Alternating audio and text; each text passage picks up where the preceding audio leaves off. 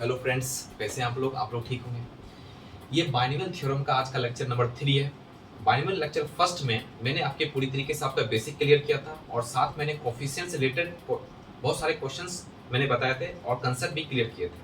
Second lecture में मैंने पूरी तरीके से जनरल टर्म्स कंसेप्ट क्लियर कर दिए थे और बहुत सारे क्वेश्चंस आपका जिस तरह से जेईई मेंस और जेईई एडवांस में क्वेश्चंस आ रहे थे, मैंने उसी टाइप ऑफ क्वेश्चंस यहाँ पर प्रैक्टिस करवाया था। ये आज के लेक्चर में मैं कुछ टाइप के क्वेश्चंस और बचे हुए जनरल टर्म्स के मैं वो क्लियर करवाऊंगा और साथ में मैं मिडिल टर्म्स से भी रिलेटेड हर टाइप के क्वेश्चंस में करवाने की कोशिश कर रहा हूँ। ठीक है, मैं अपने हर लेक्चर में बोलता हूँ कि जब तक आप खुद अपनी स्पीड और एक्यूरेसी पर काम नहीं करोगे, भले क्वेश्चंस आपसे बन रहे हैं, आप बना ले रहे हो, उससे मतलब नहीं है। इससे भी मतलब है कि कितने टाइम में कितना क्वेश्चन आप अटेम्प्ट कर पा रहे हो। ठीक है, और वो जब तक अपनी स्पीड और एक्यूरेसी आप डेवलप नहीं करोगे तब तक ये चीज़ नहीं हो सकता और वो चीज़ होगा प्रैक्टिस से। जितने भी आपके पास पीवाईक्यू हैं या आपके पास टेस्ट सीरीज है या आपके पास कोई सीट है, उस सीट को आप प्रैक्टिस करो। ठीक है, तो मैं स्टार्ट कर रहा हूँ, इसको अच्छे से देखना है और मैं पूरी तरीके से क्वेश्चंस का मैं पोस्टमार्टम करता हूँ। ठीक है, ओके। तो सबसे पहले मैं फर्स्ट क्वेश्चन ले रहा हूँ आपका कि the number of real negative terms in the binomial expansion of 1 plus ix का power 4n minus 2 comma n belongs to integer और यहाँ n greater than 0 है। इसमें ऑप्शन आपके हैं, option A is n and option B is n plus 1, option C is n minus 1, option D is 2n। ठीक है, तो सबसे पहले मैं एक बात क्लियर कर दूं, चाहे आप मैथ पढ़ रहे हो या फिजिक्स पढ़ रहे हो, दो वर्ड पे आपको ज्यादा ध्यान देना है। वो वर्ड है हाउ और व्हाई। ठीक है, ये दो वर्ड बहुत इंपॉर्टेंट वर्ड है। मतलब किसी भी सब्जेक्ट में पढ़ने में जब तक आपको कैसे और क्यों हुआ ये समझ नहीं आया तब तक वो सब्जेक्ट आप डीपली समझ नहीं पाओगे। ठीक है, इसलिए इस चीज पर आपको देखना है। तो मैं पूरी तरीके से बट और हाउ और व्हाई के केस में यहाँ जा रहा हूँ। ठीक है, तो सोल्यूशन केस में मैं क्या लिख सकता हूँ, सबसे पहले ये जो कहा क्या रहा है कि the number of real negative terms in the binomial expansion 1 plus I x, ये आई का मतलब यहाँ पर आयोटा है जो इमेजिनरी नंबर को डिनोट कर रहा है। ठीक है, to the power 4n minus 2, n belongs to natural number 1 2 3 4 5 and dot dot, ये हो गया। इसका मतलब मैं यहाँ पर क्या लिख सकता हूँ, 1 प्लस आई एक्स का पावर क्या है आपका 4n minus 2। ठीक है, तो जहां भी इस टाइप का क्वेश्चन आए तो सबसे पहले आपको जनरल टर्म्स के बारे में सोचना है। ठीक है, जनरल टर्म्स के बारे में सोचना है, क्योंकि ठीक है पहले बता रहा हूँ पी आर प्लस 1 एनसीआर का मतलब क्या 4n minus 2 और सी आर हो जाएगा और आई एक्स का पावर क्या आ जाएगा, यहाँ पे आर आ जाएगा। 1 यहाँ पे है तो 1 का मतलब किसी कोई भी पावर हो 1 का मतलब तो 1 ही होगा, तो मैंने डायरेक्ट आई एक्स का पावर क्या किया, आर किया। और मैं इसको लिख रहा हूँ 4n minus 2 सी आर और ये लिखता हूँ एक्स का पावर और आई का पावर क्या लिखता हूँ, आर। मैंने जनरल टर्म क्यों लिखा, वाई। मैंने जनरल टर्म इसलिए लिखा क्योंकि r का वैल्यू मैं 0 रखूंगा तो फर्स्ट टर्म निकलेगा, r का वैल्यू मैं 1 रखूंगा तो सेकंड टर्म निकलेगा, r के वैल्यू में 2 रखूंगा तो थर्ड टर्म निकलेगा। तो यहाँ से तो मुझे पता चल रहा है किसके कारण पता चल रहा है, r का वैल्यू पर पता चल रहा है, first term second term third term. लेकिन ये भी पता चलेगा कि r के किस किस वैल्यू पर आपके टर्म्स निगेटिव हो रहे हैं, वही मुझे निकालना है। r के किस किस वैल्यू पे आपके टर्म्स निगेटिव हो रहे हैं वही मुझे जानना है। इसका मतलब ये आयोटा का भी कंसेप्ट मुझे यहाँ पे यूज करना पड़ेगा। ठीक है, तो आप पहले से पढ़ रखे हो कि आई स्क्वायर जो होता है वो ऑलवेज -1 होता है, आपको पता है पहले से। इसका मतलब आई का पावर 6 क्या होगा, -1 होगा। एंड डॉट डॉट करते जाऊं तो आई का पावर 4k-2 लिखूं, ये भी तो -1 होगा। 2 6 4k-2 समझ में आ रहा है, ये 4k-2 क्या हो गया, जनरल फॉर्म हो गया इसका 4k-2। ठीक है, ये मैंने बता रखा है कॉम्प्लेक्स नंबर। इसका मतलब यदि मैं r का वैल्यू यहाँ पे 2 6 10 डॉट डॉट 4k-2 के फॉर्म में लिखूं तो टर्म्स आपके निगेटिव होते जाएंगे क्योंकि हमको निगेटिव टर्म्स चाहिए। यदि चलो r का वैल्यू मैं 1 ले लूं तो 1 लेने के बाद क्या आएगा, ये तो आएगा आपके आप इमेजिनरी टर्म्स आ जाएगा क्योंकि i तो रिमूव हुआ नहीं, i इज इमेजिनरी नंबर। मैं 2 लूं तो आई स्क्वायर तो क्या देगा, माइनस देगा।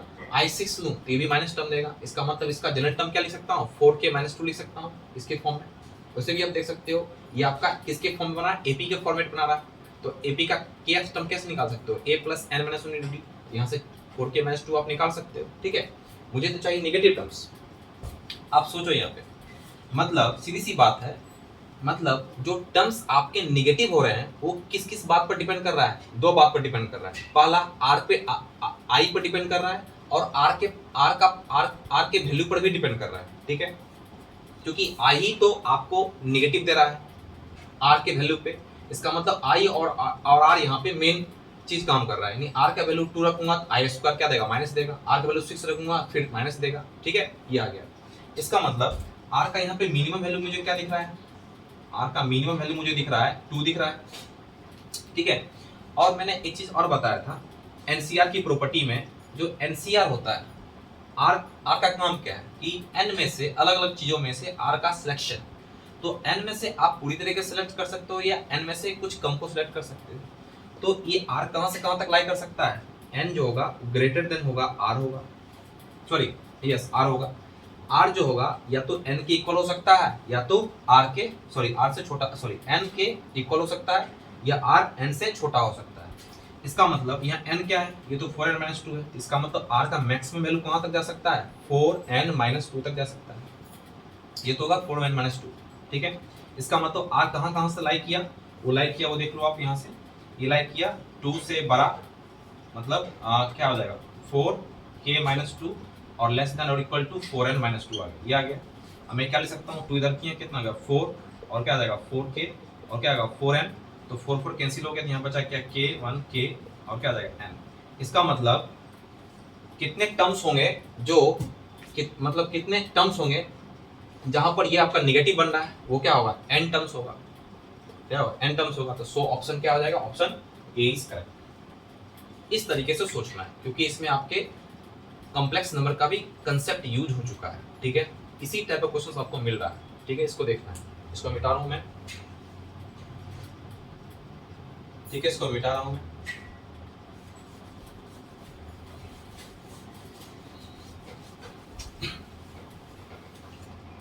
अब मैं सेकेंड क्वेश्चन लेता हूं। यहाँ पे सेकेंड क्वेश्चन में क्या बता रहा है कि the coefficient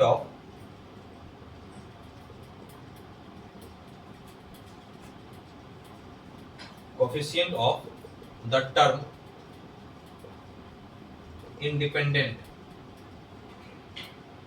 independent of x in the expansion of 1 plus x plus 2x cube, ये आ गया। और यहाँ पे है 3/2 x स्क्वायर माइनस 1/3 x का पावर 9 इज, ठीक है। इसमें ऑप्शन में है आपके 1/3, ऑप्शन बी में आपके 19/54, ऑप्शन सी में आपके 17/54 और ऑप्शन डी में आपके 1/4, ठीक है।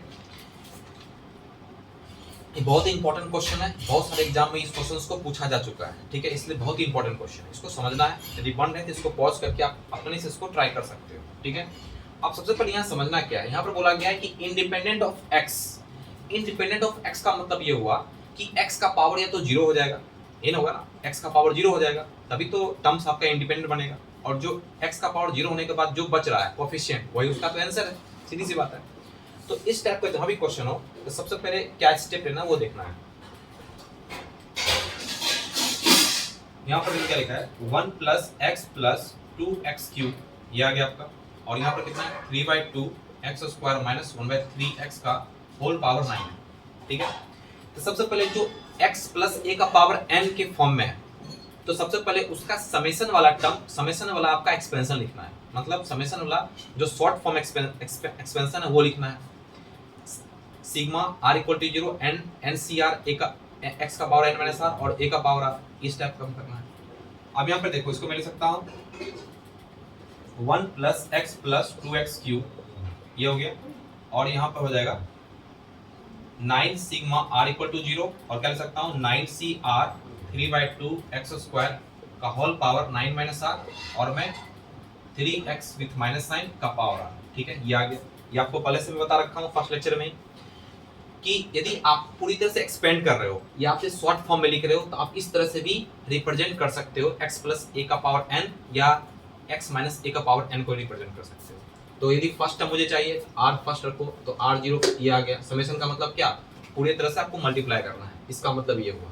ठीक है, अब इस समेशन को मुझे इसको थोड़ा सा और आगे कर सकते हो आप, इसको मैं कर सकता हूँ 1 plus x plus 2x cube और क्या आ जाएगा 9 sigma R equal to 0 9 C R 3/2 का पावर 9 माइनस आर और x मल्टीप्लाई कर रहा हूँ इधर 18 माइनस 2r ये आ जाएगा। और यहाँ पर कितना आ जाएगा x का पावर माइनस आर और माइनस 1/3 का पावर मैं कर सकता हूँ r लिख सकता हूँ, ये आ गया। ठीक है, देखो लिख सकता हूँ, इसको मैं इससे बाहर निकाल लिया। अब यहाँ पर बताओ ये और ये पावर क्या है, सेम है।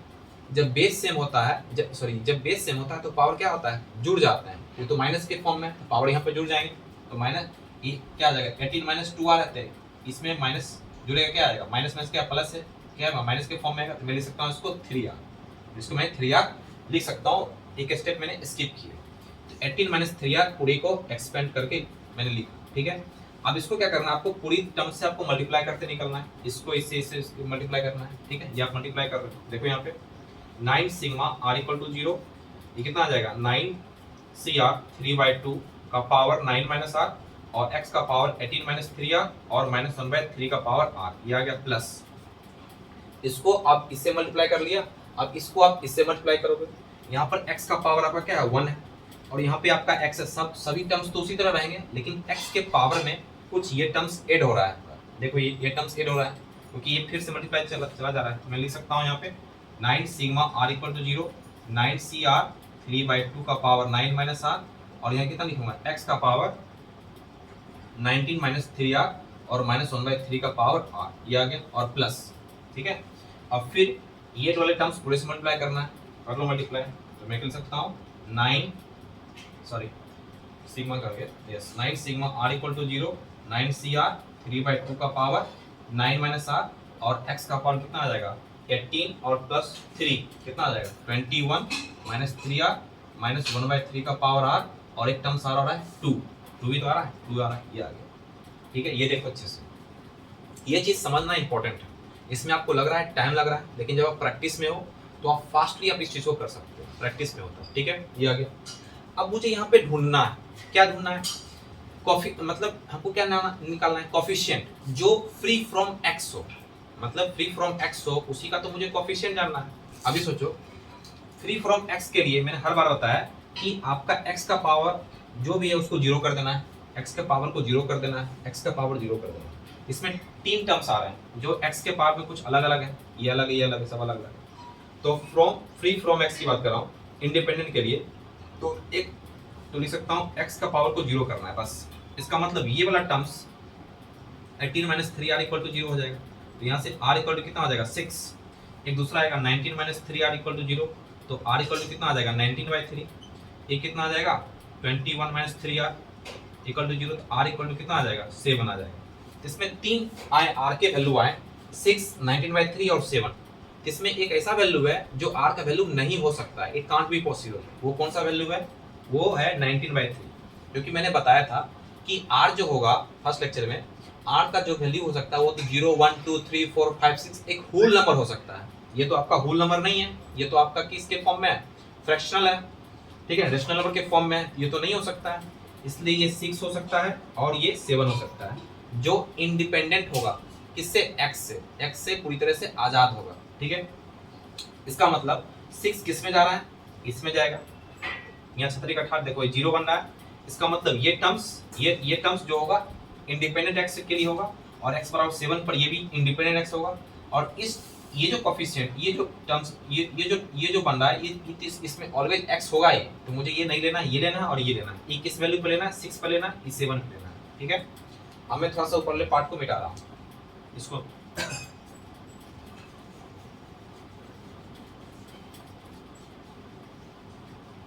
ठीक है, अब देखो यहाँ पर क्या आया गया, इफ r इक्वल टू मैं 6 ले रहा हूँ, तो r इक्वल टू 6 लेने पर यहाँ पर क्या दिखेगा मुझे 9cr। ठीक है, 3/2 9cr का मतलब यहाँ 6 आ जाएगा ना, 6 3/2 और क्या आ जाएगा 9 माइनस 6 यानी 3 लिख सकता हूँ मैं यहाँ पे, 9 माइनस 6 यानी 3 लिख सकता हूँ, ये आ गया। और माइनस 1/3 का पावर कितना आ जाएगा 6 आ जाएगा और प्लस ये आ गया। अब 7 पे इसको ले सकता हूँ मैं, यहाँ पर क्या लिखूंगा 9c7 और क्या आ जाएगा 3/2 का पावर कितना आ जाएगा 9, 9 में 7 कितना आ जाएगा 2, और मैं क्या लिख सकता हूँ यहाँ पे -1/3 का पावर क्या आ गया आपका 7, हाँ 7 आ गया, ये आ गया। ठीक है, ठीक है, समझ में आ गया। आपको पहले से पता है 9C6 जो है वो 9C3 है, आप जान नहीं रहे हो किस कंसेप्ट के द्वारा। ये मुझे पता है कि जो NCR जो होता है वो क्या होता है NCN-R, ठीक है, NCR जो होता है क्या होता है NCN-R। तो मैं इस 9C6 को मैं 9C3 भी लिख सकता हूँ, ठीक है, इस 9C7 को मैं 9C2 भी लिख सकता हूँ, इसको दिमाग में रखना है, ठीक है, प्रॉपर्टी से, ठीक है। मतलब n अलग अलग चीजों में से मैं यदि 7 को सिलेक्शन करूं, मतलब n पूरे मान लो n है आपके पास, n नंबर्स है, उसमें मैंने 7 को सिलेक्ट किया, तो 7 को सिलेक्ट करने का जो तरीका होगा 2 को नहीं सिलेक्ट करने का तरीका भी क्या होगा सेम ही होगा, इस चीज को दिमाग में रखना है, ठीक है। इसलिए मैं 9C2 वही है जो 9C7 है, 9C3 वही है जो 9C6 है, ये समझ में आ गया। अब मैं इसको थोड़ा सा करता हूँ, इसको थोड़ा मिटा रहा हूँ मैं इसको,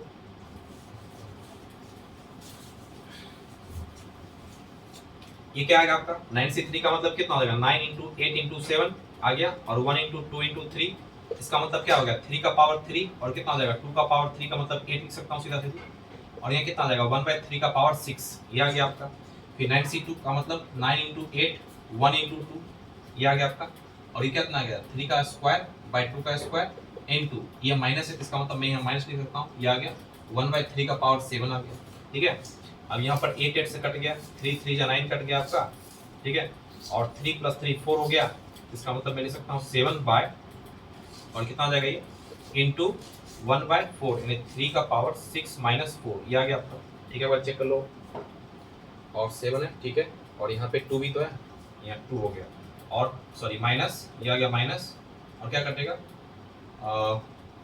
ये क्या लिख सकता हूँ 2 दूनी 4 लिख सकता हूँ, साथ ही 4 लिख दूँ इसको, 4 दूनी 8, 2 दूनी 4 कट गया, और यहाँ पर कितना आ जाएगा 9 बाय कितना आ जाएगा 3 का पावर 5, एक बार देख लो, और यहाँ 9 भी तो है, इसको मैं लिख सकता हूँ 3 का स्क्वायर और 3 3 4, यानी इसके कटिंग कितना आ जाएगा 4, तो 3 आ जाएगा, यहाँ पे 3 आ गया, ठीक है।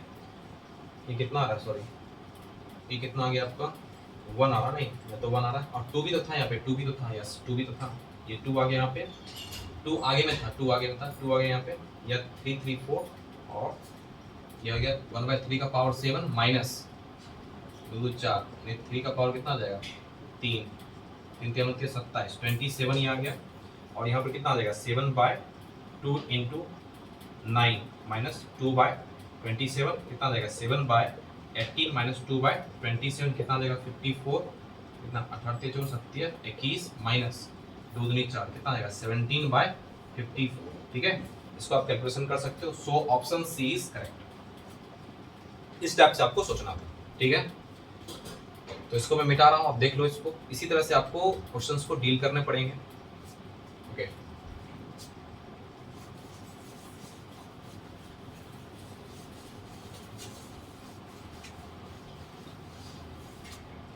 अब मैं क्वेश्चन नंबर 3 लेता हूँ, ठीक है। क्वेश्चन नंबर 3 में पूछा गया है कि let alpha greater than 0, let alpha greater than 0, comma beta greater than 0 be such that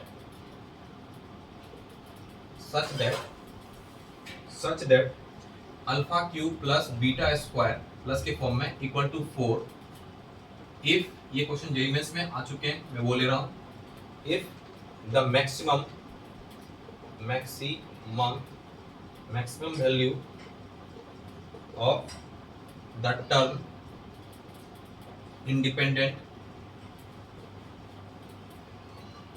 independent of x in the binomial expansion of alpha x to the power 1/9 और plus beta x to the power 1/6 का whole power 10 is 10k, then k is equal to, ऑप्शन यहाँ पे है 336, option B है आपके 352, option C है आपके 84, ऑप्शन डी है आपके 176, ठीक है। तो यहाँ पर भी सेम क्वेश्चन है, लेकिन थोड़ा सा देखना है कि यहाँ पर फिर से लिखा है इंडिपेंडेंट लिख रखा है। इंडिपेंडेंट का मतलब आप सिर्फ दिमाग रखना है कि सबसे पहले जहाँ भी इंडिपेंडेंट वाले क्वेश्चन आ रहे हैं, ठीक है, तो बनाने का रूल यह है कि सबसे पहले आप उसका जनरल टर्म निकाल दो। जनरल टर्म निकालने के बाद इंडिपेंडेंट बोलना है तो x के पावर में कुछ आएगा, तो x का पावर बराबर 0 कर लो, ठीक है। तो जो वहां से r निकला है वो टर्म्स क्या होगा, इंडिपेंडेंट होगा। r की उस वैल्यू पर वो टर्म क्या होगा, इंडिपेंडेंट होगा। बस क्वेश्चन खत्म, ठीक है। उसके बाद जो करा उसको काम करना है। तो यहाँ पर मैं सॉल्यूशन के फॉर्म में क्या लिख सकता हूँ, तो सबसे पहले ये दिखा है कि अल्फा x का पावर 1/9 और प्लस बीटा x का पावर 1/6 का पावर क्या, होल पावर 10। तो मैंने क्या बोला इसका, पहले जनरल टर्म आपको निकालने के लिए, तो जनरल टर्म निकाल दो। इसका जनरल टर्म क्या होगा, tr प्लस 1 क्या हो जाएगा, ncr, n का मतलब 10 cr, और क्या हो जाएगा अल्फा x 1/9 का होल पावर 10 माइनस r, और बीटा x माइनस 1/6 का पावर क्या हो जाएगा, r आएगा। इसको थोड़ा सॉल्व करना है। 10cr अल्फा का पावर 10 माइनस r और x का पावर 10 माइनस r/9 ये आ गया, और बीटा का पावर r और x का पावर माइनस r/6, ठीक है। अब यहाँ से फिर एक चीज दिख रहा है, बेस मुझे सेम दिख रहा है, तो पावर क्या होगा, जुड़ेगा। तो मैं लिख सकता हूँ 10cr अल्फा का पावर 10 माइनस r और बीटा का पावर r और x का whole power 10 minus r/9 with minus r by क्या आ जाएगा, 6 हो जाएगा, ठीक है। ये जुड़ गया। अब मैं मुझे फिर से एक वर्ड दिख रहा है, क्या दिख रहा है, इंडिपेंडेंट। तो आप x के पावर को 0 पर कर दो, बस ये काम करना है। फॉर इंडिपेंडेंट कर सकता हूँ, फॉर इंडिपेंडेंट, ठीक है। फॉर इंडिपेंडेंट के लिए x का पावर 0 होना चाहिए, इसका मतलब ये 0 होगा। इसका मतलब 10 माइनस r बाय क्या है 9 इक्वल टू r/6, इसको क्रॉस r/6 क्रॉस कर लेते हैं, तो 60 minus 6r equal to 9r, कितना आ जाएगा 15r इक्वल टू 60, और r इक्वल टू 60/50, 15 चौक 60 यानी 4, ठीक है। इसका मतलब r का वैल्यू 4 आया, इसका मतलब कौन सा टर्म इंडिपेंडेंट फ्रॉम x होगा, फिफ्थ टर्म, क्योंकि r का वैल्यू जब यहाँ 4 रखेंगे क्या आएगा, फिफ्थ टर्म आएगा। तो फिफ्थ टर्म जो होगा इंडिपेंडेंट फ्रॉम x होगा, समझ में आ रहा है। इसका मतलब मैं यहाँ लिख सकता हूँ t4 + 1 इक्वल टू 10c4, ये आ गया। अल्फा का पावर कितना आ जाएगा 6 और बीटा का पावर 4, ये आ गया इंडिपेंडेंट, ठीक है, ये आ गया। और वो किसकी इक्वल है, वो इक्वल है 10k के। देखो यहाँ पे इसकी 10k का इक्वल आ गया इसमें। तो हमको किसका वैल्यू निकालना है, k का वैल्यू निकालना है। इसके बारे में मुझे तो पता है 10c4 का वैल्यू निकाल सकते हैं, लेकिन अल्फा का पावर 6 बीटा का पावर 4 का मुझे वैल्यू निकालना है, ठीक है। अब यहाँ पर एक दे रखा है, एक चीज और दे रखा है केस कि alpha Q plus beta square equal to 4 है, ठीक है। तो मैं वहां से अल्फा बीटा निकाल सकता हूँ। देखो कैसे निकालते हैं, अल्फा पावर 6 बीटा पावर 4। आप सोचो एक यहाँ पर पॉइंट एक चीज लिखा हुआ है कि अल्फा ग्रेटर देन 0 और बीटा ग्रेटर देन 0 है। मैंने एपी के लेक्चर में बताया था कि दो नंबर है जो ग्रेटर देन क्या आपका 0 है, तो दो नंबर का जो एम होता है वो ग्रेटर देन जीएम होता है ऑलवेज, आपको पता है। यहाँ मैं लिख सकता हूँ कि फॉर पॉजिटिव के लिए एम क्या होता है, ग्रेटर देन क्या होता है, जीएम होता है, आपको पता है। इसका मतलब दो नंबर है अल्फा क्यू, चलो दो नंबर लेते हैं, alpha Q plus beta square क्या हो जाएगा बाई 2 ग्रेटर देन और equal to root under alpha Q beta square आ जाएगा आपका। और अल्फा क्यू बीटा स्क्वायर क्या आपका 4 है, तो मैं लिख सकता हूँ 4/2 और क्या आ जाएगा अल्फा क्यू बीटा स्क्वायर, ये आ गया तो 2 हो जाएगा, और क्या आ जाएगा alpha Q beta square root के अंदर दोनों तरफ मैंने स्क्वायर कर दिया, कितना आ जाएगा 4, और क्या आ जाएगा अल्फा क्यू बीटा स्क्वायर, ये आ गया। अब सोचो इसका हमको मैक्सिमम वैल्यू क्या दिख रहा है, अल्फा क्यू बीटा स्क्वायर का मैक्सिमम वैल्यू क्या दिख रहा है, 4 दिख रहा है। देखो वही चीज है, the maximum value of the terms independent. तो इसका मतलब अल्फा क्यू बीटा स्क्वायर का मैक्सिमम वैल्यू क्या दिख रहा है, 4 दिख रहा है। तो मैं लिख सकता हूँ ना, तो यहाँ लिखूँ, यहाँ लिखूँ alpha Q beta square equal to 4 है, तो इसको दोनों तरफ मैं स्क्वायर करूँ क्या आ जाएगा, दोनों तरफ मैं स्क्वायर कर रहा हूँ, क्या लिखूंगा मैं अल्फा का पावर 6 बीटा का पावर 4 इक्वल टू 16, ये आ गया। इसका मतलब इसका जो मैक्सिमम वैल्यू है अल्फा का पावर 6 बीटा पावर 4 का मैक्सिमम वैल्यू क्या है 16 है। इसका मतलब 10c4 इंटू 16 इक्वल टू 10 किया गया, ठीक है। अब 10c4 का मतलब क्या होता है 10 into 9 into 8 into 7 by 1 into 2 into 3 into 4 into 16 equal to 10 के, ठीक है, ये आ गया आपका। तो इसमें कौन कौन कटेगा बताओ, इसमें कटेगा 10 कट गया यहाँ पे, और क्या कटेगा 4 4 जा 16 कट गया ये आपका, और क्या कटेगा 2 2 जा 4 भी कट गया, और 3 3 जा 9 भी कट गया। क्या बचा यहाँ पे 7 2 जा 14 इंटू 24, ये आ गया। तो क्या आ रहा है मल्टीप्लाई करने के बाद, यानी यहाँ मल्टीप्लाई कर लेते हैं 24 14, 4 चौक 16, 4 दूनी 8 1 9 और 4 और 2 कितना आ गया, 9 4 13 2 1 3, 336 आ रहा है option. So option A is correct. ठीक है, इस तरीके से आपको सोचना है, हर स्टेप वाइज में एक्सप्लेन कर रहा हूँ। ठीक है, मैंने क्यों लिया, काहे लिया, क्यों हुआ, हर स्टेप में देख रहा हूँ और देखो इसी तरह सॉल्व करना है। ठीक है, ये आपके जेईई मेंस में आ रखे हैं क्वेश्चन। ठीक है, मतलब सीधी सी बात है, जहां पर भी इस टाइप का आपको दिखे, ठीक है, इस टाइप का दिखे इस तो ऑलवेज आपको काम करना है। यदि नहीं निकल रहा है तो आप AM ग्रेटर देन GM आप ये यूज कर सकते हो। ठीक है, ये यूज कर सकते हो। ठीक है, मैं इसको मिटा रहा हूं। Okay, 1 2 3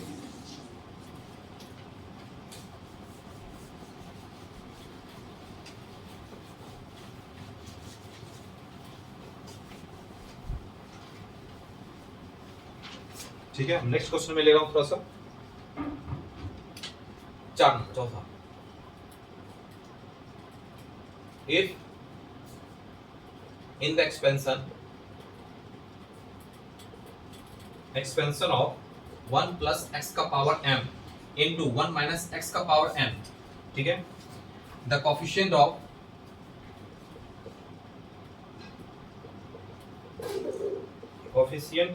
x and x square are 3 and -6, ठीक है, रिस्पेक्टिवली, क्रमशः, रिस्पेक्टिव का मतलब क्रमशः, then m is option A, ये भी एक बहुत पॉपुलर क्वेश्चन है टाइम का, ये भी आ रखा है 9, option C is 12 and option D is 24। ठीक है, तो इसमें हमको समझना क्या है, इसमें समझना क्या है कि if the expansion of 1 plus x का पावर m है और यहाँ पे 1 माइनस x का power n, the coefficient of x and x square 3 and -6 respectively, then m हमको निकालना है। ठीक है, आप सोचो यहाँ पे क्या सोचना है कि यहाँ पर लिख रखा है 1 प्लस x का पावर m है और यहाँ पर 1 माइनस x का पावर यहाँ पे n। ठीक है, तो मैंने आपको 1 प्लस x का भी एक्सपेंशन बता रखा है और 1 माइनस x का भी मैंने एक्सपेंशन बता रखा है, सेम एक्सपेंशन है, बस यहाँ पे 1 के पावर में किसी कोई भी नंबर आ जाए, मतलब 1 पर कोई भी पावर हो तो वो ऑलवेज तो 1 ही होगा। तो मैं इसका एक्सपेंशन क्या लिख सकता हूँ, देखो यहाँ पे इसको लिख सकता हूँ 1 plus MC1 x plus MC2 x square plus MC3 x cube and dot dot dot. ठीक है, इसके आगे मैं नहीं लिख रहा हूँ, क्यों नहीं लिख रहा हूँ, क्योंकि मुझे तो कोएफिशिएंट x और x स्क्वायर का ही चाहिए। यदि मैं इसके आगे जाऊंगा तो x का पावर 4 x 3 मिल जाएगा, x का पावर 6, वो तो मुझे नहीं चाहिए। तो मुझे वही काम करना है जो हमको चाहिए, फालतू दिमाग नहीं लगाना है। ठीक है, ये आ गया। इसके बाद इसका एक्सपेंशन लिखो, क्या लिखूंगा 1 minus NC1x plus NC2x square. ठीक है, यहीं तक मैं चलता हूँ, ये आ गया। ठीक है, अब देखो यहाँ पर कोएफिशिएंट ऑफ x चाहिए, तो मैं लिख रहा हूँ कोएफिशिएंट ऑफ x। ठीक है, ये आ गया। अब बताओ इस टर्म को MC1x को, यहाँ तो x मुझे x ही चाहिए, MC1x को यदि मैं 1 से मल्टीप्लाई करूँ तो MC1 ही आएगा। ठीक है, वो तो क्या होगा, x का कोएफिशिएंट होगा। इसका मतलब कोएफिशिएंट ऑफ x क्या लिखूंगा मैं, क्या लिखूंगा MC1, और क्या हो सकता है, अब इस टर्म को मैं 1 से मल्टीप्लाई करूंगा तो क्या होगा, कोएफिशिएंट ऑफ x से निकलेगा, तो मैं लिखूंगा माइनस ऑफ NC1, और तो कुछ नहीं आ रहा, और तो कुछ नहीं आ रहा है, देख लो अच्छे से, ये आ गया। इसका मतलब ये किसके इक्वल है, 3, ये 3 हो गया। और मैंने बता रखा है कि MC1 का मतलब है m, NC1 का मतलब है n, मतलब आप m में से किसी एक को सिलेक्ट कर रहे हो, उसका तरीका क्या होगा, एक ही होगा। इसका मतलब क्या हो गया, m minus n equal to क्या हो जाएगा, 3, ये आ गया। अब मैं कोएफिशिएंट ऑफ x स्क्वायर की बात करता हूँ, कोएफिशिएंट ऑफ x स्क्वायर। ठीक है, ये बात कर रहा हूँ मैं। तब बताओ, ये मैं MC2x स्क्वायर यहाँ पे और यहाँ पे इसके 1 से मैंने मल्टीप्लाई कर दिया, इसको इससे मल्टीप्लाई कर दिया तो MC2 हो जाएगा। MC2 फिर क्या आएगा, अब देखो यहाँ पे फिर क्या आएगा, देखो यहाँ पे NC2 को 1 से फिर मल्टीप्लाई किया, इसको मैं इस 1 से मल्टीप्लाई किया, क्या लिखूंगा मैं, प्लस प्लस यहाँ पे NC2 आ गया। ठीक है, फिर क्या आ जाएगा, अब देखो यहाँ पर क्या है आपका MC1x है, ये वाला पार्ट MC1x है ये, और यहाँ भी NC1x है। इस दोनों को जब मल्टीप्लाई करोगे तो x इंटू एक्स क्या होगा, एक्स स्क्वायर हो जाएगा। इसका मतलब ये और ये टर्म मल्टीप्लाई होगा तो क्या होगा, माइनस के फॉर्म में आएगा, क्योंकि माइनस है। क्या लिखूंगा, MC1 into NC1 equal to क्या लिख सकता हूँ आप, -6, ये आ गया आपका। ठीक है, बस अब इसको खोलना है, बस आंसर आ गया। अब बताओ MC2 के बारे में मैंने बता रखा है, याद भी करवाया था सेकेंड लेक्चर में, फर्स्ट की सेकेंड में। MC2 का मतलब क्या है, m इंटू m माइनस 1/2, यही कुछ। और NC2 का मतलब n इंटू n माइनस 1/2, और माइनस mn का मतलब ये हो जाएगा mn इक्वल टू कितना हो जाएगा, विथ -6। ये आ गया। आप ऐसे भी देख सकते हो ना, n फैक्टोरियल बाय m-2 का फैक्टोरियल, और क्या आएगा और क्या आएगा यहाँ पे 2 फैक्टोरियल, ये आ गया आपका। तो m बाहर आ गया, फिर m-1 बाहर आ गया, फिर m-2 का फैक्टोरियल बाहर आ गया, फिर m-2 का फैक्टोरियल, 2 फैक्टोरियल, कट गया, क्या बचा, m इंटू -2, यही चीज लिखा है, वही चीज है। ठीक है, इस तरह से भी आप समझ सकते हो। ठीक है, तो इसको थोड़ा सा सॉल्व करते हैं, क्या आ जाएगा, n इंटू m-1 और plus n into n-1 minus of 2 से मल्टीप्लाई करते हैं 2mn इक्वल टू -12 आ जाएगा ये आपका। इसको मल्टीप्लाई करते हैं क्या आ जाएगा, m square plus n square minus of m, इसको ब्रैकेट कर लेते हैं, और plus n minus 2mn equal to -12, ये आ गया आपका। ठीक है, अब m का वैल्यू इसमें पुट करते हैं, तो मुझे क्या चाहिए, n चाहिए ना, चलो m का वैल्यू इसमें पुट कर रहा हूँ, 3 प्लस n आ गया। तो m का वैल्यू चलो इसमें पुट करते हैं सब में, तो क्या लिखूंगा मैं यहाँ पे, तो 3 प्लस n का होल स्क्वायर, और प्लस यहाँ पे n है तो n में कुछ छेड़ नहीं, n स्क्वायर, और यहाँ पे कितना m, तो 3 plus n minus of 2mn का मतलब क्या हो जाएगा, n into 3 plus n equal to -12, ये आ गया आपका। ठीक है, अब इसको खोलता हूँ मैं इसको, तो 3 3 जा 9 plus n square plus 6n और plus n square minus of 3 minus of 2n minus of 6n minus 2n square equal to कितना आ जाएगा, -12 आ जाएगा। अब इसमें कौन सा कैंसिल होगा बताओ, यहाँ पे n स्क्वायर है, यहाँ भी n स्क्वायर, इसका मतलब 2n स्क्वायर और यहाँ पर -2n स्क्वायर, सो ये कैंसिल हो गया आपका। उसके बाद क्या बचा आपका, यहाँ पर -6n है, यहाँ भी +6n है, तो ये भी कैंसिल हो गया, ये आ गया। फिर यहाँ पर क्या बच रहा है, 2n बच रहा है, यहाँ पे -2n बच रहा है, और यहाँ पे कितना 9 और 3 6, ये 6 बच रहा है आपका, तो 6 हो गया। तो बचा के यहाँ पे 6 minus of 6, yes minus of 6 minus 2n equal कितना आ जाएगा, -12, इधर आ जाएगा कितना आ जाएगा 2n इक्वल टू 18, तो n का वैल्यू कितना आ जाएगा 9। तो मुझे n का वैल्यू मुझे क्या निकल गया 9, मुझे निकालना किसका वैल्यू है, m का, तो n का वैल्यू मुझे इसमें एक बार पुट कर लेता हूँ, कितना आ जाएगा 3 प्लस 9 कितना आ जाएगा 12, so 12 is the answer of this question, C option is correct. ठीक है, इस तरीके से आपको क्वेश्चंस को सोचना है और समझना है। ठीक है, इसमें मैं बता रहा हूँ, आपको लग रहा है टाइम लग रहा है, टाइम नहीं लग रहा है, मैं एक्सप्लेन कर रहा हूँ अच्छी तरह से, इसलिए टाइम लग रहा है। यदि ये प्रैक्टिस में हो तो मिनिमम मेरे हिसाब से मैक्सिमम इसमें टाइम जो लगेगा बहुत होगा तो 45 सेकेंड में आप बना लोगे, लेकिन प्रैक्टिस में तो 45 सेकेंड काफ़ी है। ठीक है, इसको मैं मिटा रहा हूँ।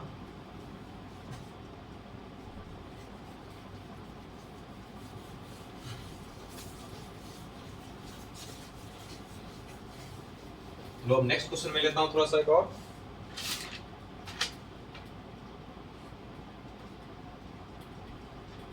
इंपॉर्टेंट क्वेश्चंस में वही ले रहा हूँ ताकि इसी टाइप के क्वेश्चंस को आपको प्रैक्टिस करना है।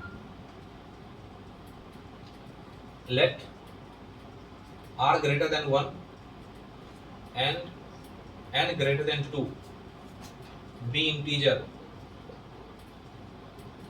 integers, suppose L, ये L लिखा हुआ है, L and M are the coefficient of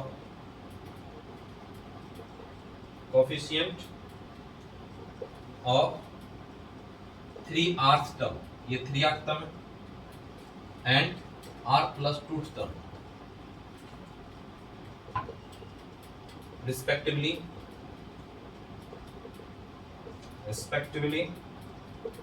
in the binomial expansion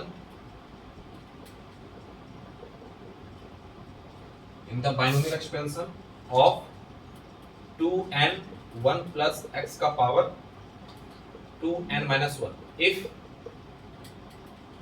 r plus 2 का power r plus 2 into l equal to 3r into m। ठीक है,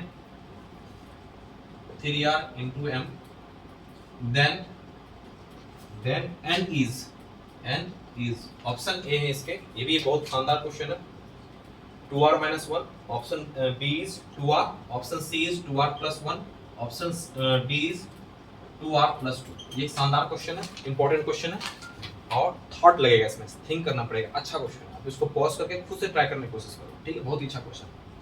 अब यहाँ पर देखो क्या कर रहा है कि if r greater than 1 and n greater than 2 be the integer, suppose that l and m is the coefficient of 3 third terms and r plus 2 terms respectively in the binomial expansion, ये आपका binomial expansion है। तो if r plus 2 into l 3r into m then n क्या होगा, तो आपका binomial expansion क्या दे रखा है आपको, ये दे रखा है 2n into 1 plus x का पावर 2n minus 2, ये आ गया आपका, ठीक है। तो इसका मैं जनरल टर्म्स लिखने की कोशिश करता हूँ, इस चीज का पूरा लिखता हूँ ना, तो 2n ये आ गया आपका, और क्या आ जाएगा आपका ncr 2n minus 1 cr, चलो ठीक है r लिखा हूँ, और क्या लिखूंगा मैं यहाँ पे cr, और क्या लिख सकता हूँ x का पावर r, ये आ गया आपका, ठीक है। मतलब पहले एक चीज देख लेता हूँ। सबसे पहले मैं यहाँ पर क्या सोच रहा हूँ कि थर्ड टर्म के बारे में पूछा जा रहा है, तो थर्ड टर्म के मैं क्या लिख सकता हूँ, थर्ड टर्म में 3r minus 1 और प्लस 1 लिख सकता हूँ पक्का, ठीक है। 3r minus 1 प्लस 1 लिख सकता हूँ बिल्कुल। तो जो tr प्लस 1 के फॉर्मेट में मैं जान रहा हूँ क्या, ncr x का power n minus r a का पावर r, लेकिन यहाँ थर्ड टर्म है, इसका मतलब मैंने एक टर्म घटाया और एक टर्म जोड़ा, तो ये तो थर्ड टर्म है, ठीक है। तो मैं इसको क्या लिख सकता हूँ ncr, इसको मैं लिख रहा हूँ, पहले इसको लिख रहा हूँ, इसको क्या लिखूंगा, ncr का मतलब क्या 2n minus 1 cr, r यहाँ पर क्या है 3r minus 1, तो मैं यहाँ 3r minus 1 ये लिखूंगा, और x का पावर क्या लिख सकता हूँ यहाँ पे r, यस x का पावर क्या लिख सकता हूँ 3r minus 1 लिख सकता हूँ, कोई दिक्कत यहाँ से 3r minus 1, ये आ गया आपका किसका थर्ड टर्म का, ये थर्ड टर्म आ गया, ये आ गया। अब मुझे ये थर्ड टर्म जो है वो किसके इक्वल है, l के इक्वल है, ठीक है।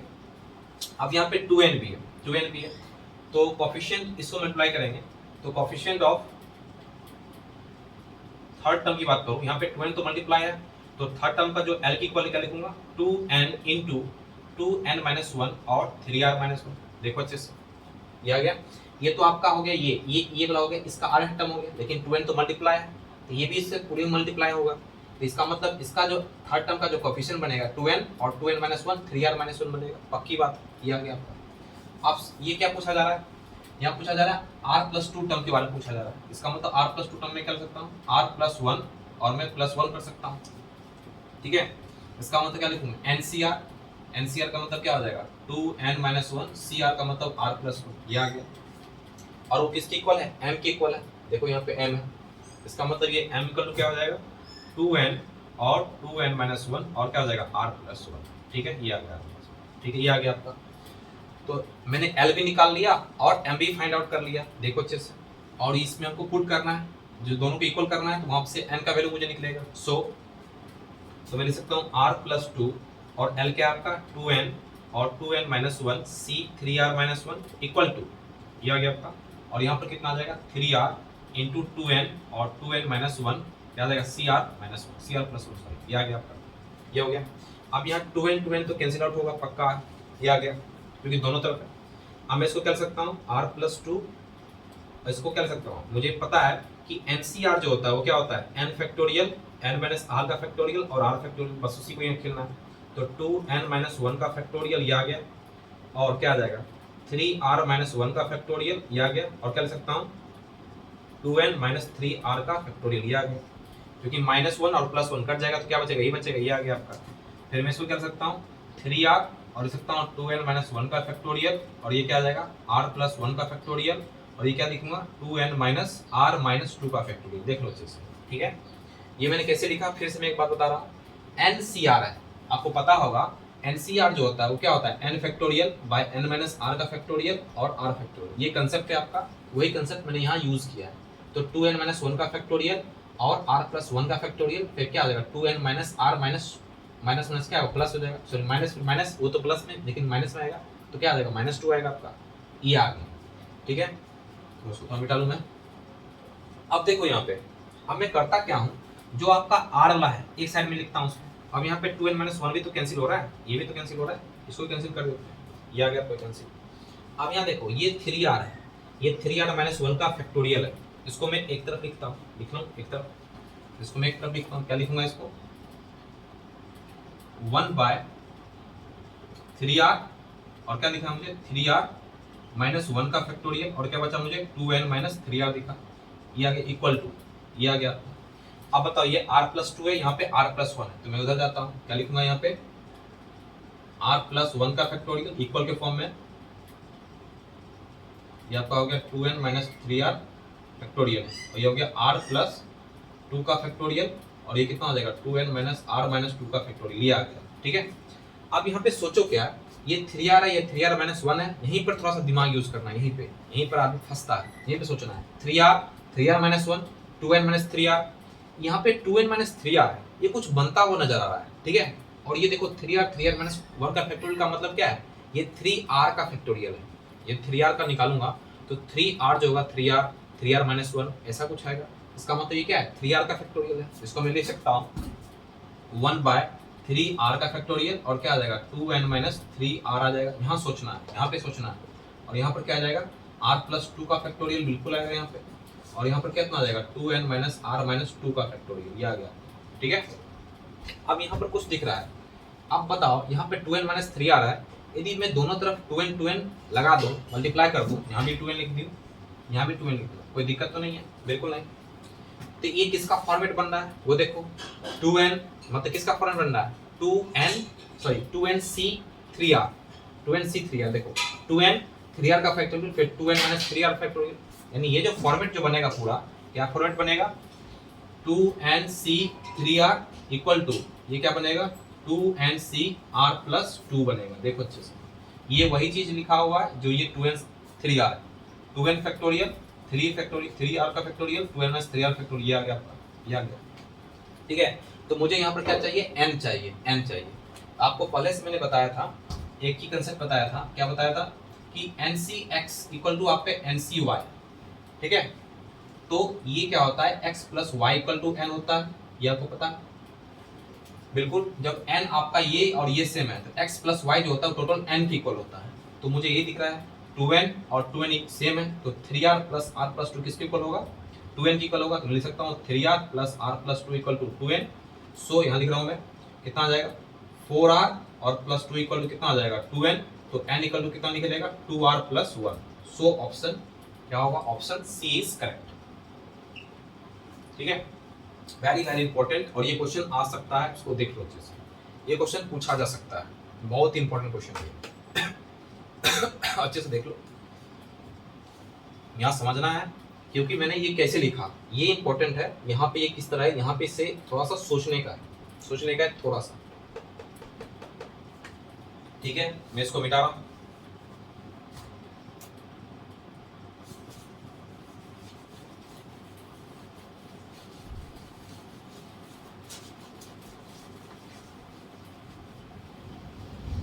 अब मैं नेक्स्ट क्वेश्चन ले रहा हूं आपका, आप थोड़ा सा मिडिल टर्म्स के बारे में मैं जान लो, कोफिशिएंट्स रिलेटेड हर टाइप के जनरल टर्म्स रिलेटेड मैंने क्वेश्चन बहुत सारे करवा दिए, अब इतना काफी है, उसके बाद आप प्रैक्टिस करो। अब मैं यहाँ पे आपको मिडिल टर्म्स के बारे में बताने की कोशिश कर रहा हूँ। सबसे पहले सोचो समझो, सबसे पहले ये देखो, जैसे मैंने लिखा x प्लस ए का पावर आपका n है। ठीक है, क्या लिखा मैंने x प्लस ए का पावर n है, इसका टोटल टर्म्स कितना होगा, चलिए देख लेते हैं। तो इसका टोटल टर्म लिखा जाए, टोटल टर्म्स लिखा जाए वो लिखते हैं n प्लस 1, आपको पता ही होगा। जैसे फॉर एग्जांपल की बात करूं तो ये भी कह सकता हूं, जैसे x प्लस ए का होल स्क्वायर है, मान लो इसमें कितने टर्म दिखता है, 3 टर्म दिखता है, x square plus 2ax plus a square, देखो दिख रहा है। यदि मैं x प्लस ए का होल क्यूब लिखूं तो इसमें इसका मतलब 4 टर्म दिखेगा, a cube plus b cube plus 3 into x square a plus 3ax square, sorry square x, है ना, दिख रहा है मुझे। इसका मतलब x प्लस ए का पावर n है, तो उसमें हमको क्या करना है, n हाईएस्ट पावर n में, मतलब n में एक टर्म जोड़ना है, तो टोटल टर्म्स आपको निकलते हैं, देखो यहाँ पे। ठीक है, लेकिन मैं एक छोटा सा चीज लिखता हूँ, ऐसे लिखता हूँ, ये लिख रहा हूँ कि एक्स स्क्वायर, मतलब मान लो जैसे एक एग्जांपल लेते हैं, जैसे x प्लस 2 का पावर 30 है एग्जांपल, इसका टोटल टर्म्स की बात करेंगे तो टोटल टर्म्स कितना होगा 30 प्लस 1, इसका मतलब कितना हो जाएगा 31 होगा। ठीक है, यदि मैं x माइनस 5 का पावर 50 की बात 45 की बात करूँ तो टर्म्स कितना होगा, नंबर ऑफ टर्म्स कितना हो जाएगा 45 प्लस 1 यानी 46। लेकिन जब आप ये चीज कहोगे, यहाँ देखो, यहाँ पर मैं लिख रहा हूँ क्या x square plus 2x plus 1 का पावर 50 मान लो, ये दिमाग रखना है। इसमें आपको पूछ दिया जाए इसमें टोटल नंबर ऑफ टर्म्स कितने होंगे, तो क्या आप 50 प्लस 1 लिखोगे? नहीं, ऐसा नहीं करना। मैंने यहाँ पे बताया कि जब x प्लस ए का पावर n के फॉर्मेट में हो, दो टर्म्स होने चाहिए, x प्लस ए का पावर n, तब आप n प्लस 1 जोड़ोगे, ठीक है, वो टोटल टर्म्स निकलेगा। लेकिन जब x square plus 2x plus 1 तीन टर्म दिख रहे हैं, तो सबसे पहले आप ऐसा काम करो कि क्या ये दो टर्म्स में आ सकते हैं नहीं आ सकते, वो देखना है। पहले टोटल नंबर टर्म्स में मैं समझा रहा हूँ, ठीक है। तो इसको मैं, ये किसका स्क्वायर है?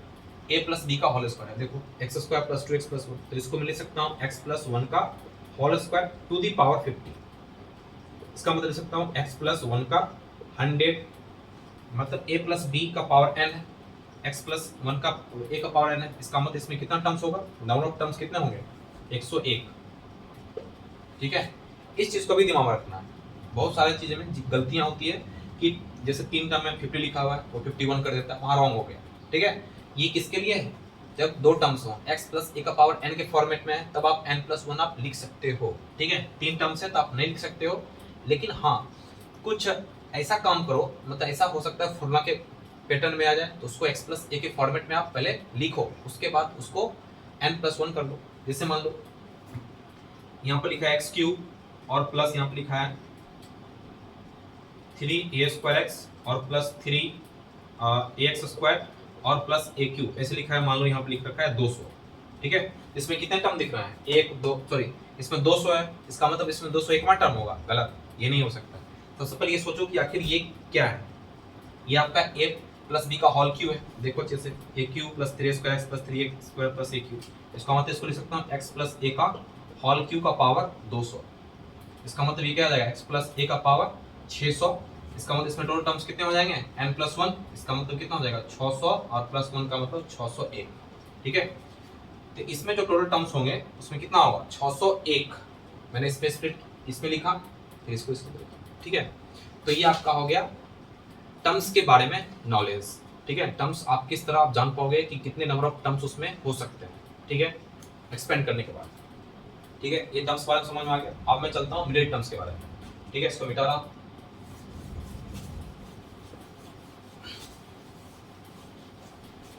जैसे यहाँ की बात करते हैं, जैसे मैं यहाँ बात करता हूँ, जैसे लिखता हूँ x प्लस ए का पावर आपका n, ठीक है, x प्लस ए का पावर n। इसमें टोटल नंबर टर्म्स कितने हो सकते हैं? तो इसमें टोटल टर्म लिख सकता हूँ TOTAL, टोटल टर्म्स कह सकता हूँ n प्लस 1, ये समझ में आ रहा है, ठीक है। अब यहाँ सोचो यदि इफ आपका n इवन हो, आपके पास n इवन हो, इवन का मतलब क्या? जो 2 से क्या हो? विभक्त हो, मतलब डिवाइड हो सके, 2 4 6 8, ये सब हो सकता है, ये तो होगा। यदि आपका n इवन हो तो इसका मिडिल टर्म किस तरह फाइंड आउट कर सकते हैं? आप सोचो n इवन का मतलब, चलो मैं यहाँ n इवन है तो जैसे n इवन का मतलब, जैसे मैं यहाँ रख रहा हूँ 4 रख रहा हूँ, 4 नहीं 6 रख रहा हूँ, ज़्यादा अच्छा रहेगा, चलो 6 रख रहा हूँ, ठीक है। इसमें 4 रखता हूँ, चलो पहले 4 रखता हूँ, तो 4 रखता हूँ। इसमें टोटल टर्म्स कितने होंगे? टोटल टर्म्स कितने होंगे बताओ? 5 टर्म्स होंगे, सीधी सी बात है। क्या क्या टर्म्स हो सकते हैं? T1 हो सकता है, T2 हो सकता है, T3 हो सकता है, T4 हो सकता है, T5 हो सकता है, ये ना। आप सोचो इसका मिडिल टर्म क्या? मिडिल का मतलब क्या? जो बीच में, नाम से स्पष्ट है, जो बीच में उसका मतलब मिडिल। तो पीछे से गिने, आगे से गिने, जो मिडिल में है वो मिडिल टर्म हो गया। 1 2 3, 1 2 3, तो 3 इधर से गिनने पर भी तीसरा नंबर में ये आ रहा है, इधर से गिनने पे तीसरा नंबर ये आ रहा है। इसका मतलब ये था, ये जो T3 हो गया, ये क्या आ गया? आपका मिडिल टर्म आ गया, मिडिल टर्म। समझ में आ रहा है अच्छे से? ये क्या हो गया? तीसरा जो टर्म होगा T3, वो क्या होगा? मिडिल टर्म होगा, ये समझना है। जैसे और एग्जांपल ले लेते हैं, समझते हैं। यदि n इक्वल टू मान लो हम ले लेते हैं 6, इसमें कितने टर्म्स होंगे? नंबर ऑफ टर्म्स कितना होंगे? नंबर ऑफ टर्म्स कितना होंगे? 6 प्लस 1, इसका मतलब 7 टर्म होगा इसमें। तो क्या कौन कौन हो सकता है? T1, T2, T3, T4, T5, T6, T7, ये सब तो टर्म हो सकते हैं, ठीक है। अब देखो इधर से मैं गिनता हूं तो कितने होंगे? 1 2 3 4, ये आ गया चौथा पे, 1 2 3 4। लेफ्ट से गिनने पर भी 4 आ रहा है, चौथे पर ये आ रहा है, और राइट से गिनने पर भी चौथा टर्म ये आ रहा है, इसका मतलब मिडिल टर्म मेरा क्या होगा, ये होगा। इसका मतलब ये क्या होगा, मिडिल टर्म। समझ में आ रहा है? ठीक है, इसका मतलब मैं मिडिल टर्म्स को लिख क्या सकता हूँ, यहाँ पर देखो, यहाँ पर क्या 4 आया तो 3 आया, यदि मैं 6 लिख रहा हूँ तो 4 आया। ठीक है, तो मैं इसको जनरल तरीके में लिख सकता हूँ, दी फॉर मिडिल टर्म के लिए, फॉर मिडिल टर्म के लिए क्या लिख सकता हूँ, जो आपका n है, कब, जब n इवन हो, तो मैं इसको लिख सकता हूँ n/2 + 1। ठीक है, तो मिडिल टर्म जो होगा n/2 + 1 टर्म होगा मिडिल टर्म। समझ में आ रहा है? देखो अब जैसे मैंने यहाँ पर क्या रखा, 4 रखा, तो 4 रखो, 4/2, 2 2 जा 4, 2 + 1 3 आ रहा है, देखो आ रहा है, मिल रहा है। यदि मैं 6 रखूँ, 6/2, 2 3 जा 6 और +1 4 आ रहा है। समझ आ रहा है? इसका मतलब ये जब मैंने देखा तो इसका जनरल निकाल लिया मैंने कि n/2 + 1 टर्म होगा, वो क्या होगा, मिडिल टर्म होगा। ये आएगा मिडिल टर्म का फॉर्मेट। समझ में आ गया? ये आपका मिडिल टर्म। ठीक है, तो जहां भी आपको n आपको इवन दिख रहा है तो डायरेक्ट आप n/2 + 1 कर लोगे तो आपका मिडिल टर्म वहां से निकल जाएगा, सीधा निकल जाएगा, इतना करने की जरूरत नहीं पड़ेगी, सीधा n/2 + 1 करना है तो th टर्म जो होगा वो आपका क्या होगा, मिडिल टर्म। ठीक है, इस पर मैं एक क्वेश्चन लेता हूं, मिटा दो।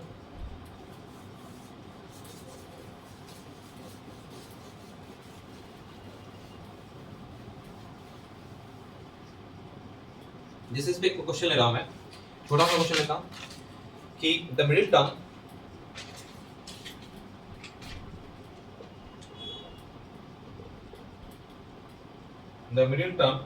in the expansion of 2x² / 3 और +3/2x², yes, x² to the power 10। Option A 251, option B 252, option C 250, option D none. ठीक है, तो यहाँ पर देखने को क्या मिल रहा है, यहाँ पर देखने को मिल रहा है सबसे पहले सॉल्यूशन। इसमें टोटल टर्म्स कितना दिख रहा है, 11 दिख रहा है। तो यहाँ पे n क्या है, 10 है, जो आपका इवन है, n इवन। तो फॉर मिडिल टर्म्स के लिए, फॉर मिडिल टर्म्स सॉरी क्या आ जाएगा, n/2 + 1 होगा, सीधी सी बात है। और यहाँ पे n क्या है आपका, 10, तो लिख सकता हूँ 10/2 + 1, तो 2 5 जा 10, कितना आ जाएगा, 5 + 1। इसका मतलब ये मैं 6 लिख सकता हूँ, मतलब छठा टर्म जो होगा वो क्या होगा, मिडिल टर्म होगा, सीधी सी बात है। मैंने यहाँ 1 लिखने का मतलब क्या है बताया कि tr + 1 मैं डायरेक्ट लिख रहा हूँ। ठीक है, tr + 1 मैं डायरेक्ट लिख रहा हूँ। अब देखो यहाँ पे, तो मैं यहाँ लिख सकता हूँ tr + 1 का मतलब क्या, 5 + 1, इसलिए मैंने यहाँ +1 पहले से एक्स्ट्रा जोड़ रखा, मतलब जो जुड़ रहा है, तो इसको लिख सकता हूँ NCR, n का मतलब क्या, 10 CR का मतलब 5, ये आ गया। और क्या आ जाएगा, 2/3 x² का होल पावर 10 - 5, और ये कितना आ जाएगा, 3/2 x² का होल पावर क्या आ जाएगा, 5 आ जाएगा। इसको मैं सॉल्व कर लूँ, 10c5, 2 का पावर 5, 3 का पावर 5 इंटू x का पावर क्या आ जाएगा, सॉरी x का पावर क्या आ जाएगा, 10, ये आ जाएगा 5 × 10, और यहाँ 3 का पावर 5, 2 का पावर 5, x का पावर 10, ये आ गया 10, क्या कैंसिल, सब कैंसिल हो गया, तो बचा क्या, 10c5 बचा। और 10c5 का मतलब क्या होता है, 10 × 9 × 8 × 7 × 6 बाय 1 × 2 × 3 × 4 × 5, क्या आएगा, 5 2 जा 10, 2 2 कैंसिल, 3 3 जा 9, ये आ गया, 4 2 जा 8, कितना आ गया, 36 × 7 कितना आ जाएगा, 42 के 2 7 21, 5 25, ये आ गया। इसका मतलब 252, ऑप्शन बी इज करेक्ट। ठीक है, तो इस टाइप से मिडिल टर्म्स वाले क्वेश्चन आपको मिलेंगे। ठीक है, छोटे छोटे क्वेश्चन है, ज़्यादा भारी क्वेश्चन, ज़्यादा डिफिकल्ट क्वेश्चन में नहीं आते, जहाँ में मिडिल टर्म हो इसी तरह आपको सोचना है, बस ज़्यादा दिमाग नहीं लगाना, इसी तरह सोचना है। ठीक है, तो इसको मैं मिटा रहा हूँ, इस पर एक और क्वेश्चन ले लेते हैं।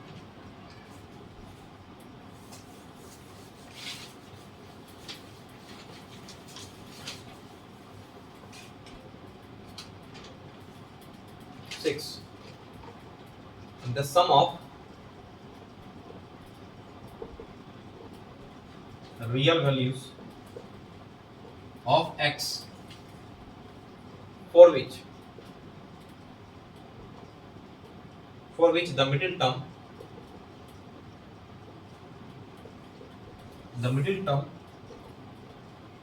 in the binomial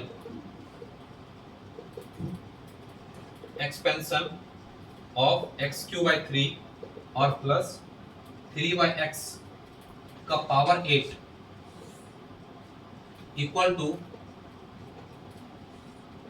5670 is option A 0, option B is 6, option C is 4, option D is 8।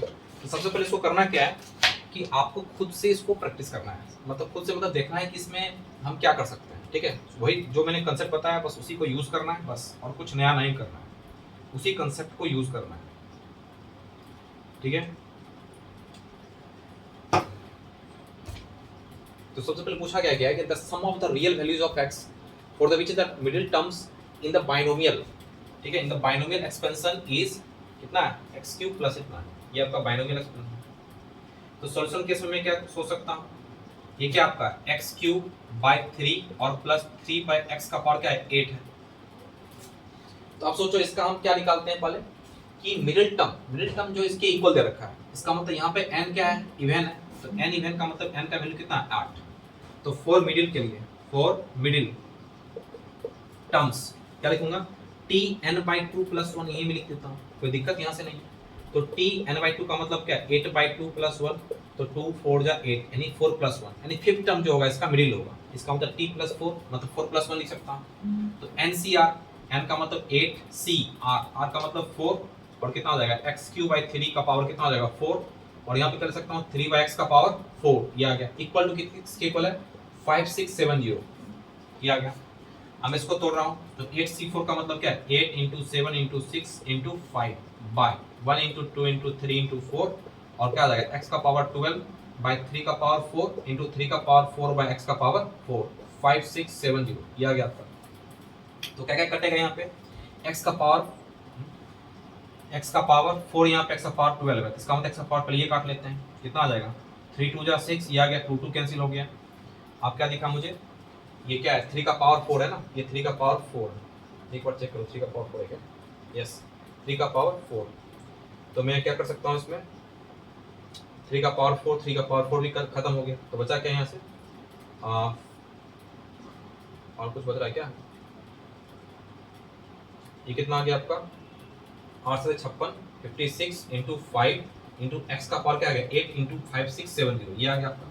ठीक है, तो यहाँ मैं क्या कर सकता हूँ 6 5 30, 5 15, 15 16 18, 180 आ गया यहाँ पे, कुछ गड़बड़ हो रहा है क्या। तो यहाँ पर मैं क्या किया 3 का पावर 4 कट गया, 8 इंटू 7 इंटू 6 इंटू 5 सही है, 1 इंटू 3 इंटू 4 ये आ गया, 3 2 जा 6, 2 2 कैंसिल हो गया यहाँ पे तो 4 भी तो बच रहा है, तो 4 2 जा 8 ये कट गया, तो कितना आ जाएगा 35 70, 70 आ रहा है यहाँ पे, तो 70 x का पावर 8 ये आ गया आपका। तो x का पावर 8 इक्वल कितना हो जाएगा 5670 बाई 70 कट गया कितना बार में 81 बार, तो कितना हो गया x का पावर 8 इक्वल टू 81, x का पावर 8 माइनस 81 इक्वल टू क्या आ जाएगा 0, ये आ गया। अब यहाँ पे सोचना क्या है, यदि इसको हम बैठने के लिए निकालेंगे कि x का पावर 8 का कितना रूट होगा 8 को रूट होगा, 8 रूट होगा बिल्कुल, क्योंकि हाईएस्ट पावर जितना उतना रूट होते हैं, सीधी सी बात है। तो यहाँ पर पूछा क्या गया है, क्वेश्चन को समझना है, यहाँ पूछा गया है sum of the real values, sum of the all real values. ठीक है, इसका मतलब इसके कितने रूट होंगे 8 वो, x1 plus x2 plus x3 plus x4 plus x5 x6 x7 x8 क्या होता है माइनस b बाई ए होता है ना, अल्फा प्लस जैसे x square plus a x plus b equal to 0 है। ठीक है, क्या लिखते हो अल्फा प्लस बीटा बराबर क्या माइनस बी बाई लिखते हो, तो यहाँ पर क्या होगा माइनस बी बाई जो एक्स स्क्वायर का एक्स का पावर 7 का कोफिशिएंट होगा ना, वो तो है ही नहीं, एक्स का पावर 7 का कोफिशिएंट है ही नहीं इसमें, वो क्या है 0 है, इसका मतलब so option A is correct. आ रहा समझे, मतलब इसके रूट कितने होंगे x1 plus x2 dot x8 तक जाएगा माइनस बी बाई, तो माइनस बी बाई का कोफिशिएंट क्या है 0 दिख रहा है, तो 0 क्या होता है 0 आंसर है, so option A is correct. ठीक है, इस तरह से सोचना है। ठीक है, इसको मैं मिटा रहा हूँ।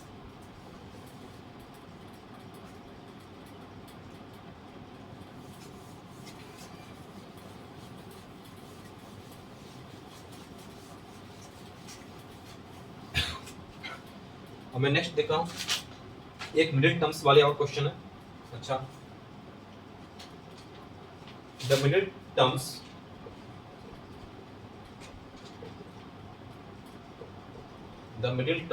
in the binomial expansion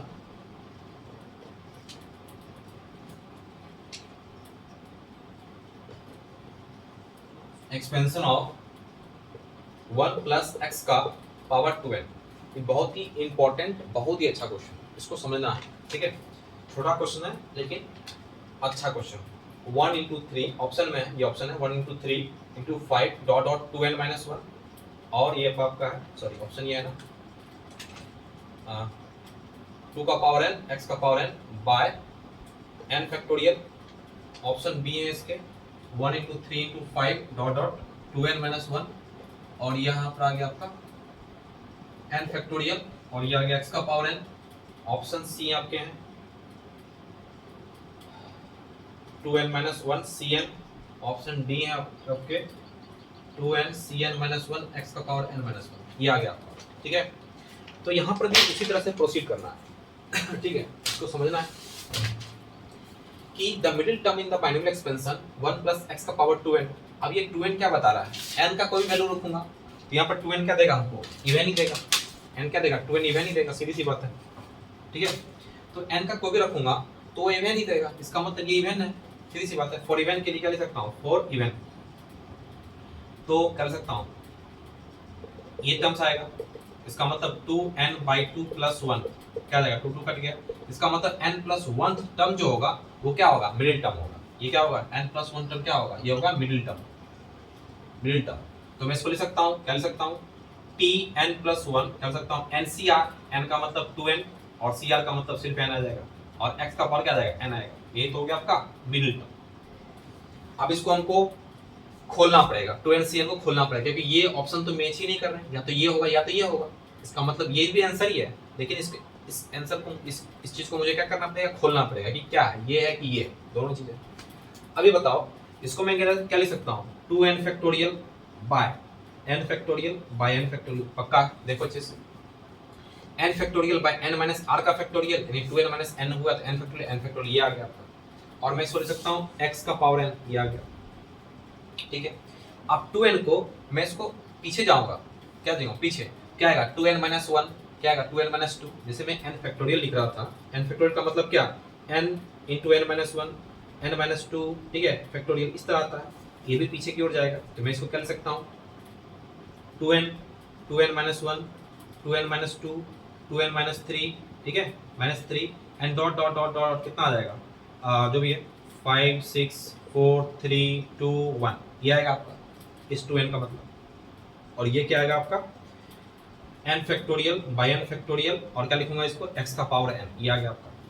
इसका मतलब इस 2n फैक्टोरियल में इवन भी है और ऑड भी नंबर है ना। देखो अच्छे से, इवन भी नंबर है और ऑड भी नंबर है, तो मैं इवन और ऑड को सेपरेट कर लेता हूँ, सेपरेट।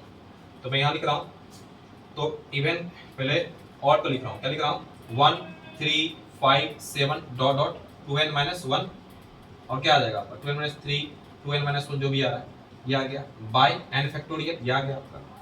और ऑड में क्या, इवन में क्या लिख सकता हूँ, ये आ गया 2 4 6 and dot dot 2n minus 2, और क्या आ जाएगा आपका 2n आ जाएगा, ये आ गया आपका। और यहाँ पर क्या आ जाएगा n फैक्टोरियल और x का पावर n, ये आ गया आपका। अब देखो ये तो कहीं मिल रहा है ना, ये तो मिल रहा है 1 3 5 7, देखो ये मिल रहा है। अब ये हमको देखना है, इसमें भी तो मिल रहा है, इसमें मिल रहा है, दोनों मिल रहा है, तो दोनों ऑप्शन में क्या ये डिसाइड करेगा ये वाला कोड क्या होगा। अभी बताओ, ये तो मैं डायरेक्ट लिख सकता हूँ 1 into 3 5 dot dot 2n minus 1, सही है, बाय n फैक्टोरियल, इसी को लिखा मैंने। और बताओ यहाँ पे 2 4 6 है, सब में क्या है 2 कॉमन ले लेता हूँ, मैं सब में 2 कॉमन ले लेता हूँ, तो क्या लिखूंगा इसको लिखूंगा 1 2 3 4 and dot dot n minus 1, और क्या आ जाएगा आपका n आएगा, और यहाँ 2 का पावर n आएगा। क्यों आएगा, क्योंकि मैंने सब में से 2 2 लिया, इसमें भी 2 लिया, इसमें भी से 2 लिया, इसमें से भी मैंने 2 लिया, तो 2 को कितने बार लिया, n बार लिया, तो 2 का पावर क्या आ जाएगा n हो जाएगा। समझ में आ रहा, क्योंकि यहाँ भी 2 है 4 6, सब में 2 2 है, 2 3 6 2 2 4, कितने बार लिया, n बार लिया, 2n यहाँ पे, तो n बार लिया, तो इसका मतलब 2 का पावर क्या होगा n होगा, यानी n टाइम्स लिया। इसका मतलब ये क्या आ जाएगा आपका, ये आ गया आपका n फैक्टोरियल, ये आ गया आपका। अब इसको मैं कर सकता हूँ 1 into 3 into 5 dot dot 2n minus 1, ये आ गया आपका बाय n फैक्टोरियल, और इसका मतलब क्या है, ये तो n फैक्टोरियल लिखा हुआ है, n factorial by n factorial into 2 का पावर n, और x का पावर क्या आ जाएगा n हो जाएगा। तो यहाँ पर क्या कट गया, ये कट गया, तो बचा क्या मुझे 1 into 3 into 5 dot dot dot 2n-1 by n factorial और 2 का पावर n इंटू x का पावर का n हो गया। सो ऑप्शन ये correct, so option A is correct. इस टाइप से सोचना है मिडिल टर्म्स के बारे में, ये आपका मिडिल टर्म्स ये है, ठीक है। इसको मैं मिटा रहा हूँ।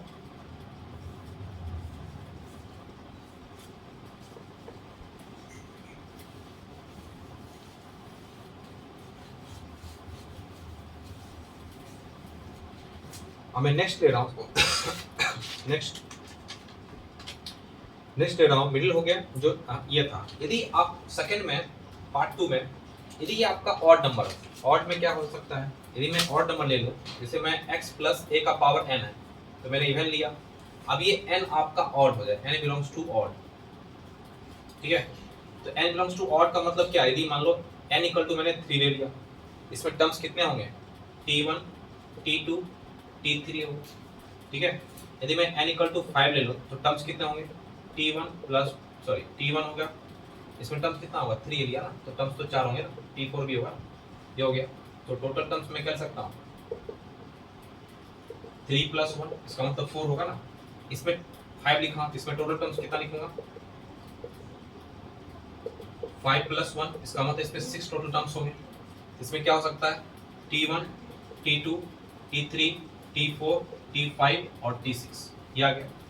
इसका मतलब जब मैं ऑड ले रहा हूँ इसमें कोई मिडिल टर्म मिल रहा है क्या, एक बार देख लेते हैं, लेफ्ट साइड से राइट साइड से देखते हैं। 1 2 3 4 या 1 2 3 4, इसमें तो कोई मिडिल टर्म है ही नहीं, कोई मिडिल टर्म दिख रहा है, नहीं दिख रहा है। लेफ्ट साइड से भी सेम नंबर में आने चाहिए, राइट साइड से भी सेम नंबर में आने चाहिए, वो तो है ही नहीं। इसे मिडिल टर्म्स देखा जाए तो मिलेगा ही नहीं। तो इस यदि मैं राइट साइड से चलता हूँ 1 2 3 4, तो चौथा टर्म यहाँ दिख रहा है, इधर से चलता हूँ तो 1 2 3 4, ये थर्ड टर्म दिख रहा है। इसका मतलब इसको थर्ड टर्म और फोर्थ टर्म को मिडिल टर्म मान लिया गया है, समझ में आ रहा है। थर्ड टर्म फोर्थ टर्म को मिडिल टर्म मान लिया गया है, समझ में आ रहा है। यदि मैं n इक्वल टू में 7 लिखता हूँ तो टोटल टर्म मुझे क्या दिख रहा है 7 + 1 यानी 8, इसका मतलब t1 t2 t3 t4 t5 t6 t7 t8। इसका मतलब इसमें मिडिल टर्म कौन दिख रहा है मुझे 1 2 3 4 5, या इधर देखो 1 2 3 4 5, इसमें मिडिल टर्म नहीं दिख रहा है। इसका मतलब t4 और t5 को मिडिल टर्म ले लिया गया, क्योंकि इधर से ये 5 आ रहा है, इधर से आ रहा है ये 4 आ रहा है, ठीक है, इसलिए ये मिडिल टर्म ले लिया गया। इसका मतलब इसको लिखा जाए तो मिडिल टर्म के लिए 4 मिडिल टर्म, किसके लिए जब n ऑड हो, मिडिल टर्म के लिए क्या लिखेंगे बताओ, जब n ऑड हो तो 4 मिडिल टर्म क्या लिख सकता हूँ n + 1 term and n + 3/2 term, ये दोनों ही मिडिल टर्म होंगे, ठीक है, ये दोनों ही क्या होंगे मिडिल टर्म होंगे, क्योंकि इस मिडिल टर्म को दिख ही नहीं रहा है, इसलिए मैंने क्या किया कि इसको भी और इसको दोनों को मिडिल टर्म ले लिया गया, ठीक है। n + 1/2 term and n + 3/2 term क्या हो गया आपका मिडिल टर्म हो गया, ठीक है, देख सकते हो आप करके। जैसे मैं n का वैल्यू क्या लिखा ऑड है ना, तो 5 लिखा, तो 5 + 1 6 आ गया, थर्ड, देखो थर्ड हो रहा है। इसमें क्या आ रहा है 5 + 3 4, देखो 4 आ रहा है। यदि मैं 7 लिया तो 7 + 1 4 आ रहा है, देखो 7 + 3 10 आ रहा है, 5 आ रहा है, देखो। इसलिए ये टर्म्स आपके क्या हो गए मिडिल टर्म्स हो गए, इसको दिमाग में रखना है, ठीक है, इस तरह से आप समझ सकते हो, ठीक है। अब मैं इसको मिटा रहा हूँ।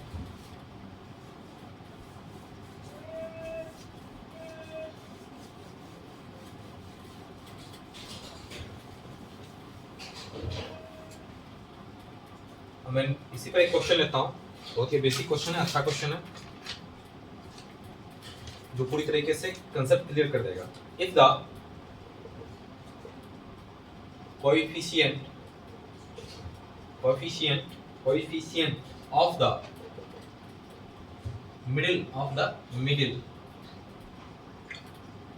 middle term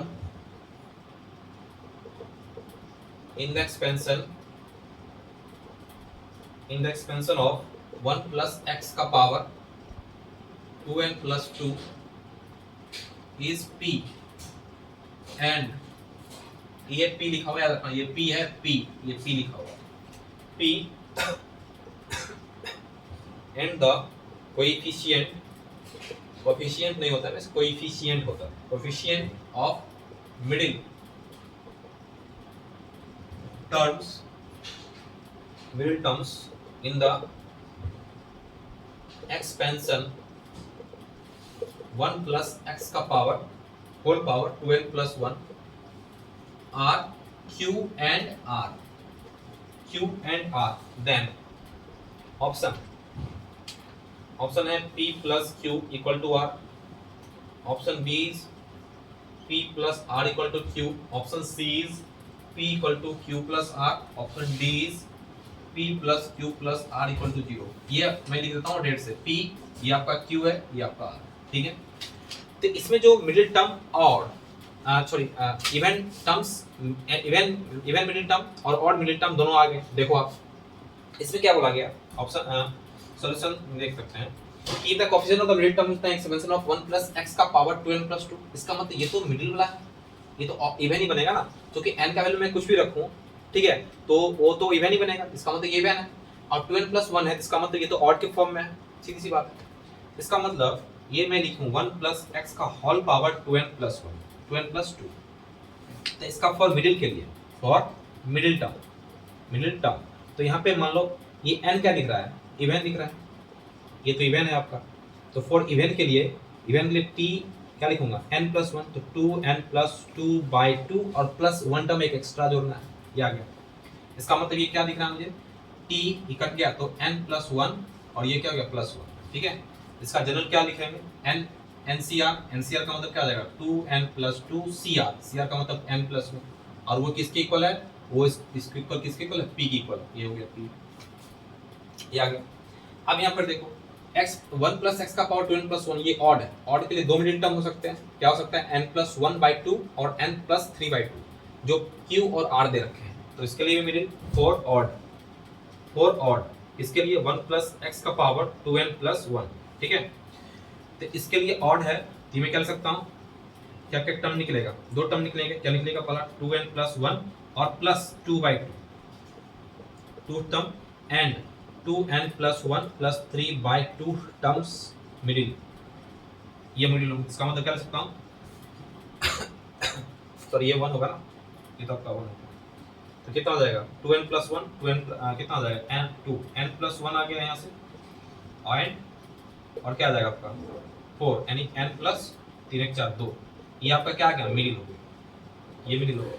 इसका मतलब इसका भी मुझे nth टर्म निकाल सकता हूँ, इसका भी मैं nth टर्म निकाल सकता हूँ। तो इसका nth टर्म क्या निकलेगा बताओ, इसका मैं n plus 1 क्या लिखूंगा NCR, यानी NCR का मतलब क्या है 2n plus 1, इसके लिए लिख रहा हूँ, याद रखना इसके लिए NCR 2n का मतलब 2n plus 1, CR का मतलब n, तो CN आ गया, और ये किसके इक्वल है Q के, ये Q आ गया।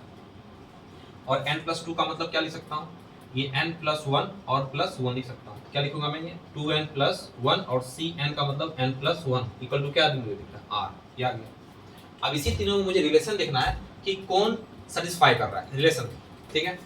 अब ये देखो यहाँ पर क्या दिख रहा है मुझे 2n plus 1, यहाँ भी 2n plus 1 दिख रहा है, और ये क्या दिख रहा है n दिख रहा है, यहाँ पे n plus 1 दिख रहा है। मैंने एक प्रॉपर्टी बताई थी, क्या बताई थी प्रॉपर्टी में कि NCR, ये आपका प्रॉपर्टी है, दिमाग रखना है, ये प्रॉपर्टी है मैंने बता रखा है, NCR और प्लस NCR माइनस 1 जो होता है वो क्या होता है n plus 1 CR होता है, ये आपको पता होना चाहिए। यानी NCR प्लस NCR माइनस 1 जो होता है वो n plus 1 CR होता है, ठीक है। मतलब ये n से होना चाहिए और r में एक कम होना चाहिए, तो यहाँ n plus 1 हो जाता है और CR हो जाता है, ठीक है। ये देखना है। आप बताओ यदि मैं Q plus R को जोड़ दूं, Q plus R क्यों जोड़ रहा हूँ, क्योंकि ये n plus 2n plus 1 same दिख रहा है, 2n plus 1 सेम दिख रहा है, इसलिए मैं जोड़ रहा हूँ। ये दोनों को मैं जोड़ दूं, यानी Q plus R को जोड़ूं, क्या दिखेगा मुझे 2n plus 1 CN और प्लस 2n CN plus 1, देखो ठीक है। अब बताओ ये 2n plus 1 CN और ये 2n plus CN plus 1 ये इसी टाइप का दिख रहा है, देखो अच्छे से।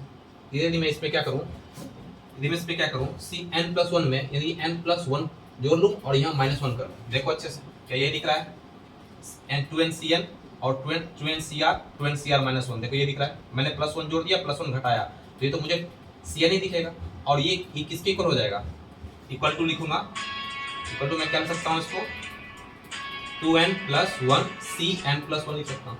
और ये किसके इक्वल है, ये किसके इक्वल है, आपके P के इक्वल है, ये हो जाएगा P। इसका मतलब Q plus R equal to क्या आ जाएगा आपका P। So option C is correct, ठीक है। So option C is correct आप कर सकते हो, ठीक है। इस तरीके से आप मिडिल टर्म्स वाले क्वेश्चंस को अटेम्प्ट कर सकते हो, ठीक है। अब मैं इसको नेक्स्ट लेक्चर में आप देखता हूँ, ठीक है। ओके बाय, इसको अच्छे से प्रैक्टिस करना है, देखना है, ओके।